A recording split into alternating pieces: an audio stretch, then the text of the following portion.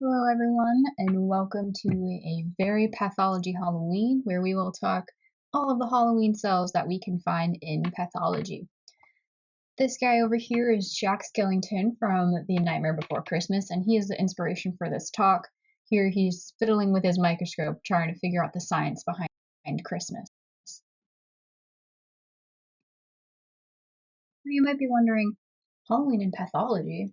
What do you mean? What does Halloween have to do with pathology? Well, I'm here to tell you that there's Halloween in everything if you know where to look. So we are going to look in a family of odontogenic tumors in pilomatrixoma and craniopharyngioma, where we're going to find some ghost cells. And then we'll look in Hodgkin's lymphoma, where we will find some mummified cells. We'll look in dermatofibroma and giant cell glioblastoma to find our monster cells. We'll take a look at cardiac rhabdomyoma for spider cells. And then we'll look in hemophagocytic lymphohistiocytosis, where we will find vampire cells. Now, they're not actually called this, but in order to make them fit, I'm going to call them vampires.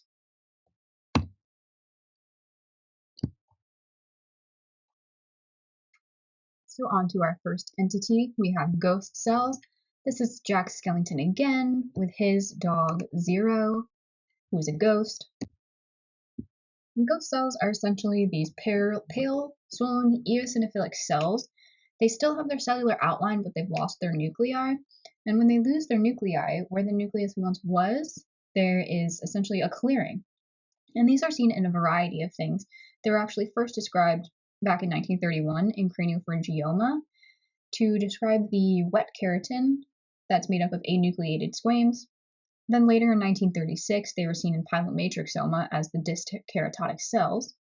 And then later in 1937, all the way into the 40s, they were used to start describing this family of odontogenic tumors. And you'll see on the right, there's this table from Robbins, and I've highlighted a few where ghost cell is actually in the name, so we know that this is a very characteristic cell of these lesions. And to begin, you might be wondering, how can there be epithelium and mesenchyme in a tooth? What makes up those parts? How can there be a mixed tumor? What's going on here? So, since I know many people do not remember their, embryology of teeth from the first year of medical school, I certainly didn't, so I had to refresh on it for this. We'll do a little bit of that so we can tell what is making our lesions. So essentially, within the developing jaw, there's the oral epithelium, and then deep to that, there's mesenchyme derived from neural crest. So the oral epithelium develops a thickening that protrudes into the mesenchyme and eventually forms a tooth bud. It begins to take this bell-like shape and is called the enamel organ. At the same time, there's a condensation of mesenchymal cells beneath it called the dental papilla that will eventually turn into a specialized layer of cells and the dental pulp cavity. As this enamel organ is taking shape, it develops this inner enamel epithelium and an outer enamel epithelium, and those two layers are separated by a protective layer called the stellate reticulum or the enamel reticulum. Here's another figure to help better visualize that. Along the periphery of the outer enamel epithelium, there's further condensation of mesenchymal cells, creating the dental follicle or the dental sac, depending on which figure you're looking at. And this forms the alveolar bone in which the tooth sits, as well as the periodontal ligament and the cementum that anchors the tooth into the alveolar bone. While this is happening, there is differentiation of a cell layer within the inner enamel reticulum into ameloblasts, and these ameloblasts are columnar cells that secrete enamel proteins. Right on the other side of that epithelium, there's differentiation of mesenchymal cells into odontoblasts, and those odontoblasts secrete predentin that eventually mineralizes into dentin. And as the root of the tooth is growing, the odontoblasts are actually receding back towards the dental pulp and leaving these processes in the dentin. Also, as the root is growing and the crown begins to push up towards the oral epithelium or the gum line, the ameloblasts are getting flattened, and they eventually die and condense into this cuticle along the crown of the tooth. And once that actually protrudes through the gum and erupts, that cuticle falls off, and you're essentially left with all of the enamel you're going to make in your life because your ameloblasts on that layer are gone. However, You might be wondering, how are we getting epithelial tumors of the tooth if our epithelial component is gone?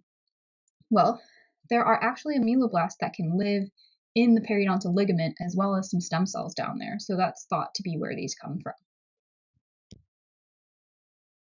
And onto our first entity, we have the calcifying odontogenic cyst. This is a benign epithelial cyst, and you can see that the cyst wall is made up of this fibrous area, denoted by the green star, and atop the ameloblast layer, that thin layer of cells, we have the stellate reticulum, and on top of that we have ghost cells. So thinking again about our embryology, where are we?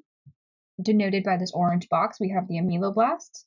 We have the stellate reticulum on top of them, or the enamel reticulum, depending on what you'd like to call it, and then our ghost cells on top.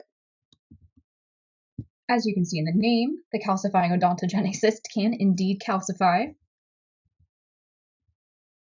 The next entity is a dentinogenic ghost cell tumor, and this is a benign mixed tumor with both epithelial and mesenchymal components.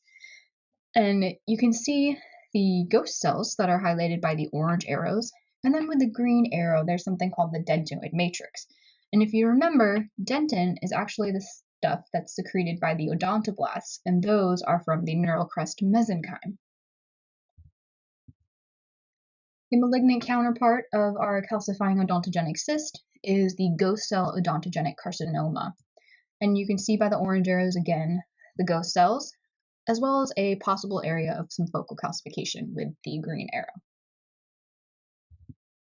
I also mentioned that these were first described in craniopharyngioma, so here's an example of the wet keratin, and you can see the anucleated squames there, making up the ghost cells. It's also seen in pilomatrixoma.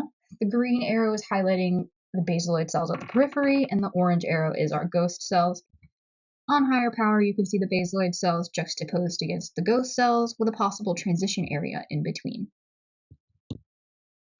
Moving on to our mummified cells. This is Mummy Boy in the movie The Nightmare Before Christmas, and he winds the cat's tail on the mayor's car that makes their siren go. So mummified cells are degenerated cells of Hodgkin's lymphoma. They have this very condensed cytoplasm and pycnotic nuclei, and there was a 1997 study into the morphology and ultrastructure of these mummified cells that revealed they undergo something called non-classical apoptosis. So normally, the apoptosis in these neoplasms, the cells are losing their lineage and activation antigens to include CD15 and CD30, and they're also having DNA strand breaks. The mummified cells, in contrast, they actually retain their CD15 and CD30, and they don't have any DNA strand breaks. We know that there are many variants of the diagnostic cells in Hodgkin's lymphoma, whether that's the classic Reed-Sternberg cell, maybe it's a mononuclear cell, a popcorn cell, or a lacunar cell, and this figure is just demonstrating that those mummified cells can maintain the morphology of the corresponding diagnostic cell that they once were. So for example, the guy in the bottom left in panel C might have been a lacunar cell. Here we see that the mummified cells are retaining their CD30, retaining PAX5. Here you can see that both the diagnostic cells and their mummified counterparts are retaining CD30 and CD15. Moving right along to our monster cells. This is Oogie Boogie. He is the antagonist of the movie, and here he's kidnapping Santa Claus. So a monster cell, or a monster in general, I guess, can be described as an animal with a strange or terrifying shape that's unusually large for its kind, but in the context of histopathology, we know that to be a strikingly atypical cell with an extremely large, bizarre nucleus, or 2 or 3, with very prominent nucleoli. And at least in the context of dermatofibroma, these are often lipophages with this foamy cytoplasm, or they're siderophages with a yellow-brown pigment. These monster cells were actually first described back in 1984 by Ackerman and Ragaz in their book, and then later by Ackerman and Tamada in 1987 paper in the American Journal of Dermatopathology. And these are photos from their original paper. You can see the very large nuclei in both of these photos within the dermatofibroma, and just the very irregular shape even. Here is a colorized more modern photo where you can see highlighted by the pumpkins, there's these cells with very large nuclei, some prominent nucleoli, and on higher power you can clearly see the very odd-shaped nucleus in this cell. A crowd favorite, if you recognize this style of presentation, is Dr. Jared Gardner.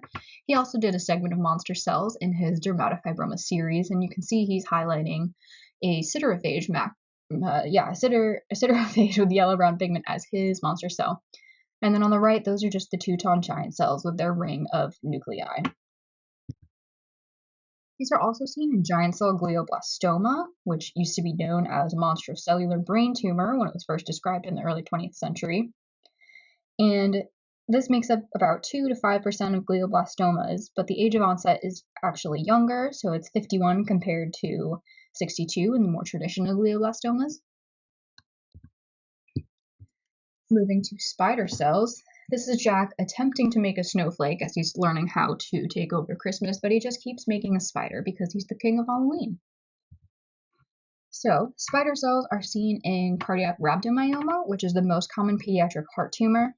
It can regress, but excision is recommended if it obstructs the left ventricular outflow tract or a chamber that can cause refractory arrhythmia and eventually sudden cardiac death. Spider cells themselves are these large rounded polygonal cells with glycogen vacuoles that are separated by strands of cytoplasm extending between the nucleus and the cell membrane. On higher power, you can see this beautiful cell with his thin strands of cytoplasm separating those glycogen vacuoles, and he looks remarkably similar to a spider. Our very last entity here, we have the vampire cells of HLH, and these are the vampires in Nightmare Before Christmas who are making toys for Christmas.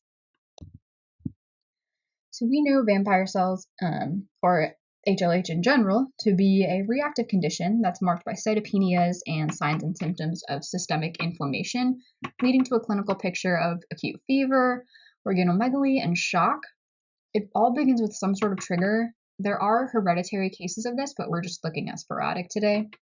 And there was a review in the Lancet in 2014 that saw that in sporadic adult cases, 45% of those cases, the trigger was a malignancy of some sort. And of those 45 cases, 94% was a hematologic malignancy, usually a T cell or NK cell. So after some sort of trigger, there's a cytotoxicity defect for whatever reason. And this leads to a lack of stimulus resolution. And because there's no resolution of the stimulus, there is continued dysregulated lymphoid proliferation and a hyperactivation of the macrophages. And this ensuing cytokine stew between the macrophages and the lymphocytes essentially suppresses hematopoiesis and causes the clinical picture of HLH.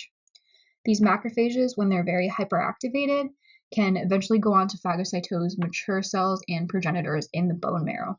But it's important to note that seeing hemophagocytosis is neither sufficient nor required for the diagnosis of HLH. And here are just some examples. We see in panel A, there's some mature erythrocytes inside of that macrophage. In B, maybe some erythroid precursors. C, there might even be some platelets in there. D is really showing just the intense cytoplasmic projections of this very hyperactive macrophage. And in E and F, there's probably some erythroid and granulocytic lineage cells inside of them. So our key takeaways while we searched for Halloween and pathology, we learned that in odontogenic tumors and craniopharyngioma and pilomatrixoma, there's these things called ghost cells. We learned that in Hodgkin's lymphoma, our mummified cells undergo non-classical apoptosis in which they retain their CD15, CD30, and do not have any DNA strand breaks, and they also may retain the morphology of their corresponding diagnostic cell. We learned that monster cells are large atypical cells with big nuclei and prominent nucleoli, and we see those in dermatofibroma and giant cell glioblastoma. We saw in cardiac rhabdomyoma our spider cells that are defined by glycogen vacuoles separated by thin cytoplasmic strands. And lastly, we ended with vampire cells, or just the very hyperactivated macrophages in HLH that are phagocytosing components of the bone marrow. Here are some references if you're interested in learning more about these entities or their characteristic cell types. And I leave you with this. This is Jack discovering Christmas Town for the very first time, or it's also the M1s in their first year of histology. Eventually, when those M1s decide to look into more pathology, they hear their attending saying a lot, "Oh, you're just going to have to believe me on that." And eventually you are like, you know what? I could hallucinate that too. Thank you everyone for your attention. I hope you enjoyed this special Halloween lecture, and I hope everyone has a very, very happy Halloween. Thank you.